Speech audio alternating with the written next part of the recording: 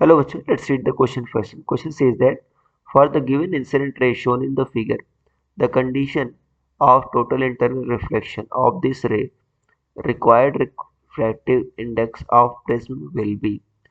First is root 3 plus 1 by 2. Second is root 2 plus 1 by 2. Third is root 3 by 2. Fourth is root 7/6। So student सबसे पहले आपको समझना होगा कि यहाँ पर आपका की कंसेप्ट क्या यूज हो रहा है। So key concept is total internal reflection. So key concept will be total internal reflection.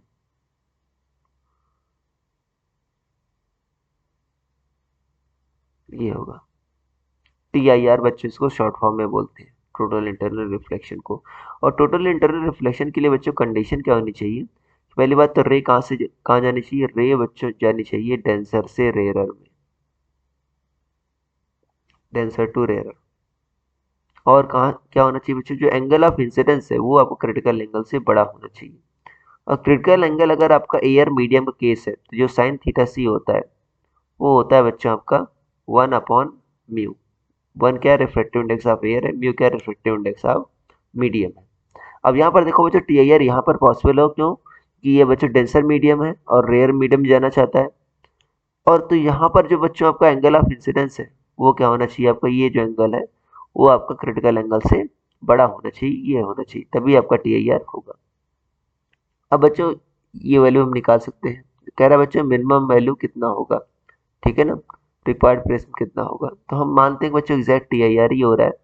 तो यहाँ पर देखो मतलब ये एंगल क्या होगा बच्चों आपका, ये होगा आपका क्रिटिकल एंगल ऐसा, ये थीटा सी होगा।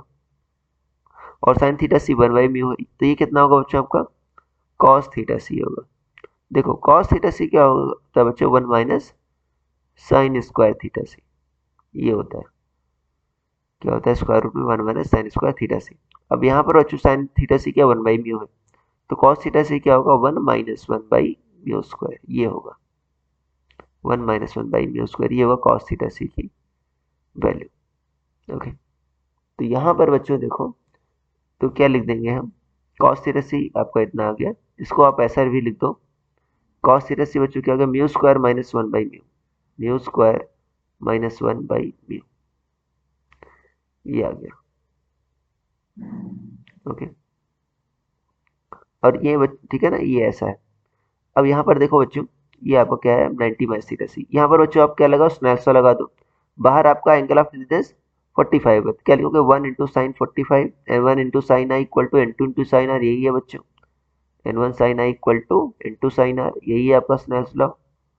तो 1 इंटू साइन 45 इक्वल टू क्या होगा, यहाँ पर रिफ्रेक्टिव इंडेक्स म्यू मान लो, म्यू इंटू साइन आपका ये क्या बच्चों आपका 90 माइनस थीटा सी, तो क्या आ जाएगा म्यू इंटू कॉस थीटा सी।